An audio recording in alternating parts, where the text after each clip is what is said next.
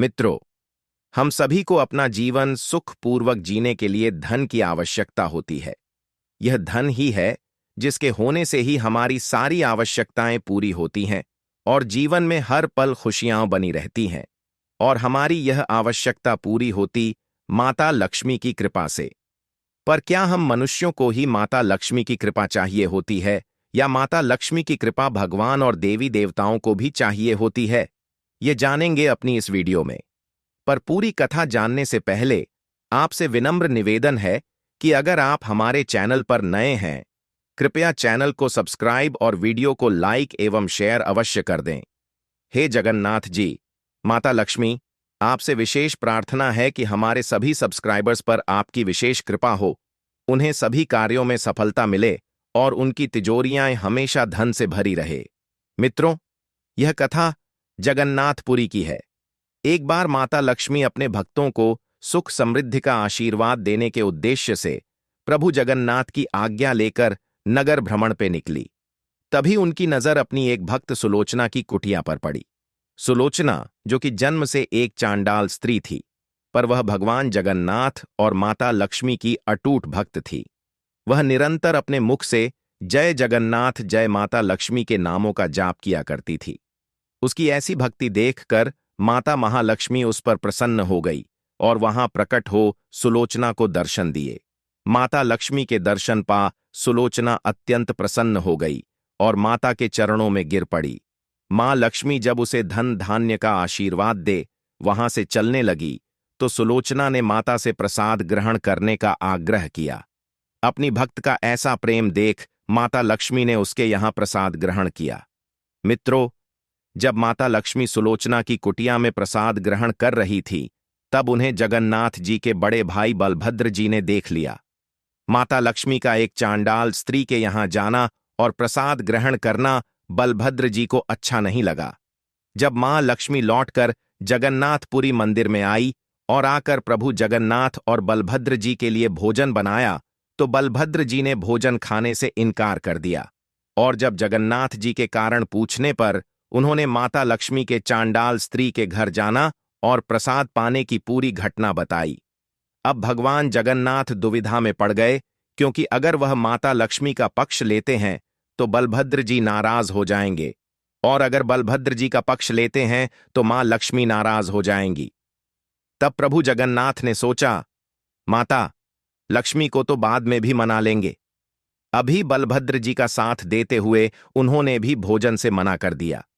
मां लक्ष्मी ने दोनों भाइयों से भोजन करने का आग्रह किया, पर बलभद्र जी ने भोजन करने को साफ मना कर दिया और भोजन करने की शर्त रख दी कि पहले माता लक्ष्मी उस चांडाल स्त्री के यहां जाने को लेकर क्षमा मांगे और उसके बाद ऐसा दोबारा कभी न करने का प्रण करे। पर मां लक्ष्मी ने अपने भक्तों के प्रति भेदभाव से मना कर दिया और कहने लगी, जैसे प्रभु जगन्नाथ अपने किसी भक्त के प्रति भेदभाव नहीं करते हैं, वैसे ही वह भी ऐसा नहीं कर सकती। उनकी दृष्टि में सभी भक्त समान हैं।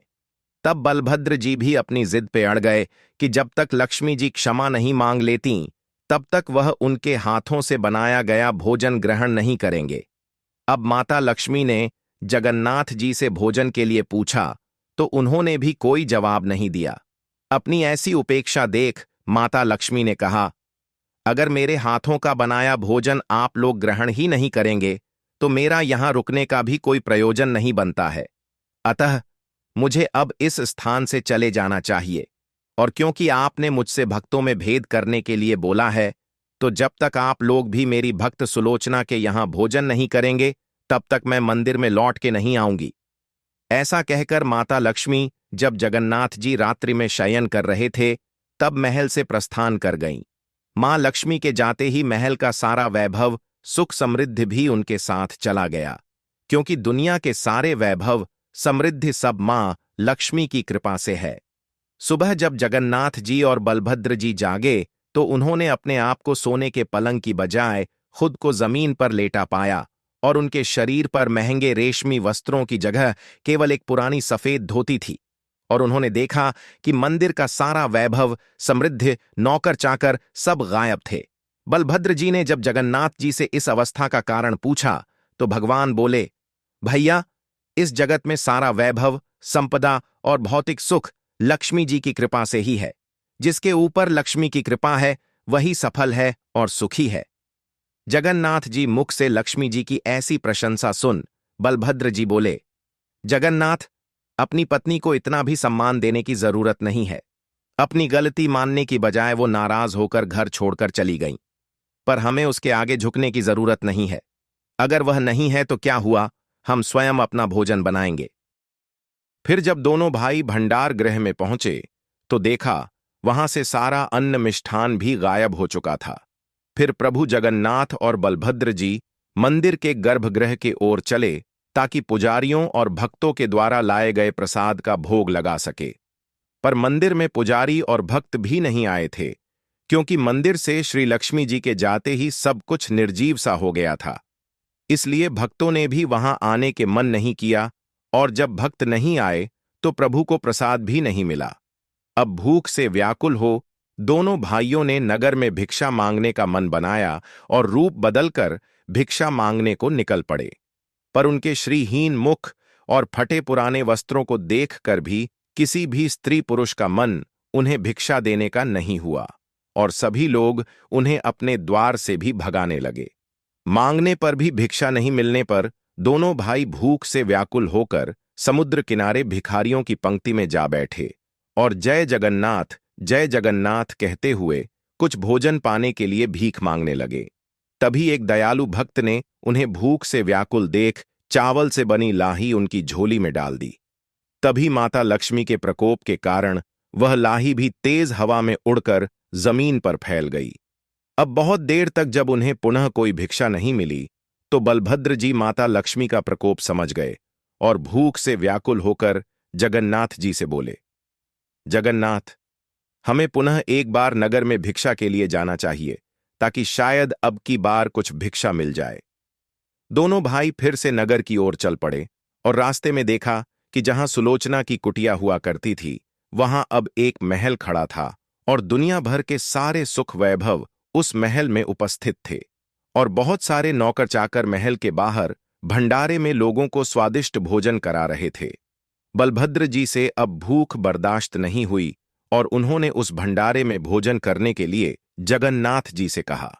तब प्रभु जगन्नाथ ने बलभद्र जी से कहा, भैया, हम यहां कैसे भोजन कर सकते हैं? इसी चांडाल स्त्री के घर भोजन करने पर ही तो आप लक्ष्मी से नाराज हो गए थे, और अब आप स्वयं ही यहां भोजन के लिए कह रहे हैं। तब बलभद्र जी बोले, हे जगन्नाथ, अगर मैं नाराज भी हो गया था तो तुम्हें तो मुझे समझना चाहिए था कि लक्ष्मी भी अपनी भक्तों पर तुम्हारी तरह कोई भेदभाव नहीं कर सकती, और तुम्हें लक्ष्मी को घर से जाने नहीं देना चाहिए था।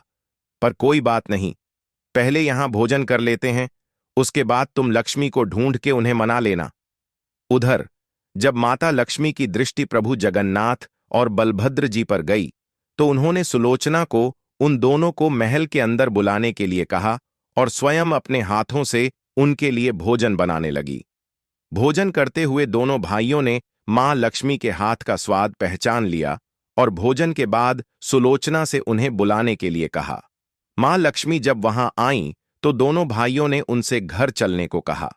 तब मां लक्ष्मी ने उनसे घर चलने से पहले कुछ शर्तें रखीं। मां लक्ष्मी ने कहा, अब से मंदिर में भोजन की पंक्ति में कोई ऊंच नीच का भेदभाव नहीं होगा। सभी लोग एक साथ मिलकर प्रसाद ग्रहण करेंगे और आज से यह जगन्नाथपुरी श्री क्षेत्र के नाम से जाना जाएगा, और जो भी भक्त यहां आएगा और प्रसाद ग्रहण करेगा वह जन्म मरण के बंधन से छूट जाएगा। मित्रों, प्रभु जगन्नाथ और बलभद्र जी दोनों ने ही मां लक्ष्मी की दोनों शर्तों को सहर्ष स्वीकार कर लिया और तीनों लोग पुनः जगन्नाथपुरी मंदिर लौट गए। मित्रों, आशा करते हैं कि आप सभी को यह कथा पसंद आई होगी, तो कृपया चैनल को सब्सक्राइब और वीडियो को लाइक कर कमेंट बॉक्स में जय जगन्नाथ जय माता लक्ष्मी टाइप करना न भूलें। जय जगन्नाथ जय माता महालक्ष्मी।